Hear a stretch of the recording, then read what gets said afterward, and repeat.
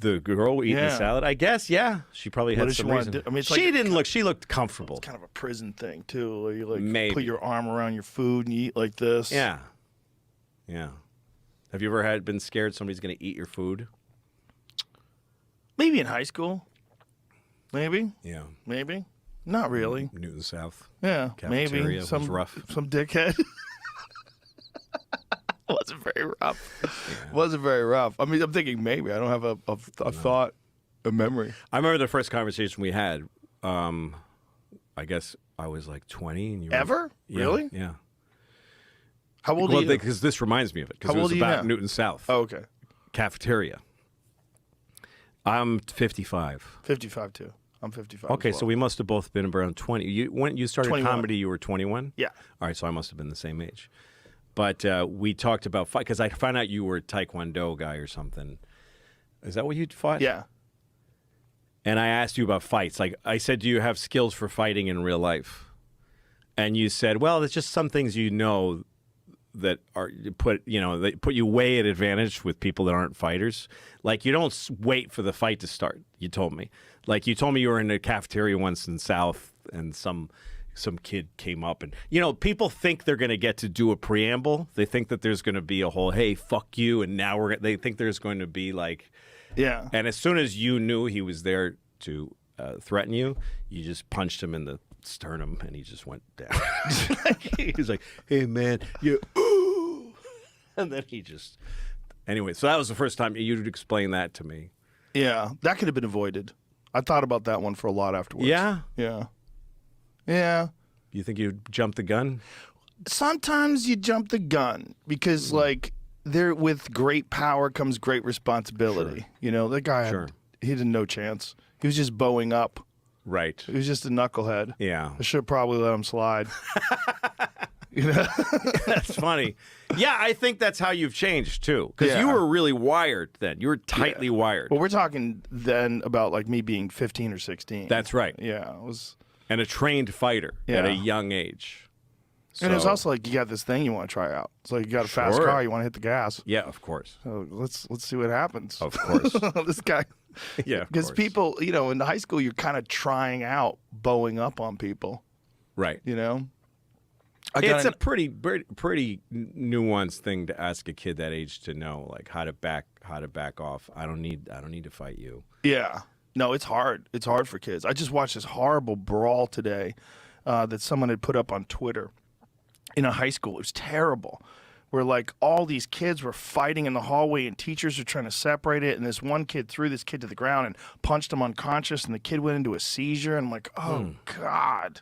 And it's awful. And a lot of it is people that just don't know how to fight, and they don't know how to defend themselves, and then they're fucking flailing wildly at each other. And this one guy knew something, and he threw this guy to the ground and punched him out.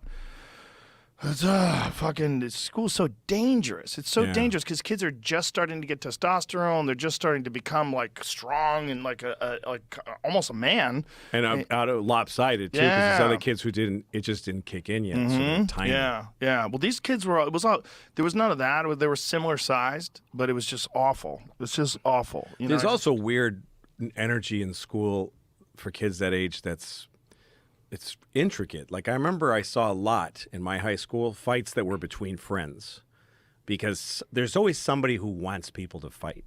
There's always somebody who doesn't fight but wants a fight to happen. Everybody wants to see it.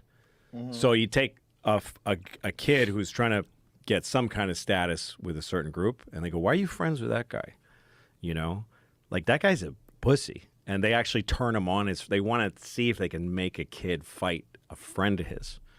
I saw that so many times. Yeah. And I saw a lot of kids that were tough but had a head, smart kids who were. I remember this one kid, his name was Chris, and his friend Doug was pushed into like, I'm going to kick your ass.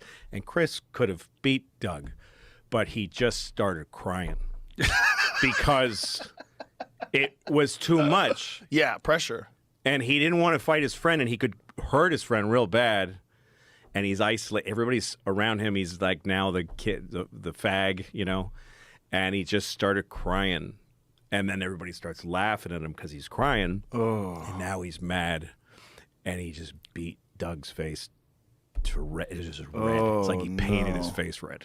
Oh no! One of the most humiliating fights I ever got into was there was never even a punch thrown. It was me. I was 14, and there's this kid in the locker room, and I don't remember what words were said, but we were standing in front of each other. And this is before I even was really into martial arts. This is one of the reasons I got into it. This kid grabbed me in a headlock, threw me on the ground, and was gonna punch me in the face, but then stopped and decided not to. So I was just gonna let you up. And I was like, I was like so humiliated. Oh, no. I was so humiliated. It would have been better if he hit you, because then you look a little bit tough for taking the punch. Well, at least, I mean, he was so unconcerned that I could do something to him that he just let me up. And then I would avoid him. In school, if I would look down the hallway, and I would open up the door to the outside breezeway, and I saw him on the other side. I'm like, oh, I gotta go around this way. I gotta keep away from that guy. I was terrified of him. Horrible. Terrified of him. There for was a full year. When I was a senior, I never really got in fights. I just didn't. It just didn't happen to me. I was kind of bigger than a lot of kids my age, so I guess that I just didn't, and I didn't have a lot of conflicts with people. So I never really got much into fights. I just sort of slid through, And then it's senior year. I don't remember, junior or whatever, but I was high a lot, and I was in the library, and I was laughing. I was making a lot of racket in the library. I used to get yelled at all the time for being loud in the library. And this kid who's a sophomore, little kid who was like this on me, kind of skinny and wearing a leather jacket, he goes, "Hey, shut the fuck up." Because he was just annoyed. And the worst part is he was right. I knew in my head, I'm being annoying. Yeah. But I said, fuck you. And I'm just it's status. I'm a senior, you're a sophomore. Fuck you, shut up. And he goes, what, fuck me? And I go, yeah, fuck you. And he comes over and he goes, you want to go right now? I'll fucking kick the shit out. He's smaller than me, but he's wiry. And I'm scared. I was terrified. Because I don't want to fight this kid. Even if I win, I'm not going to go unscathed. I don't want to get hurt. Yeah. I don't want to be punched in the face. I don't want any of this to happen. And he's standing above me, and he's like, "You want to fucking go?" And I was just like, "No, I don't want to. I don't want to fight." And he's like, "Then shut the fuck up, then." And I was like, and my friends were so ashamed of me. And for the rest of the year, I was terrified of this little kid scare. I did an episode about it in my show, and where there's some high school kid threatens to beat me up, and I back down, and I apologize to him.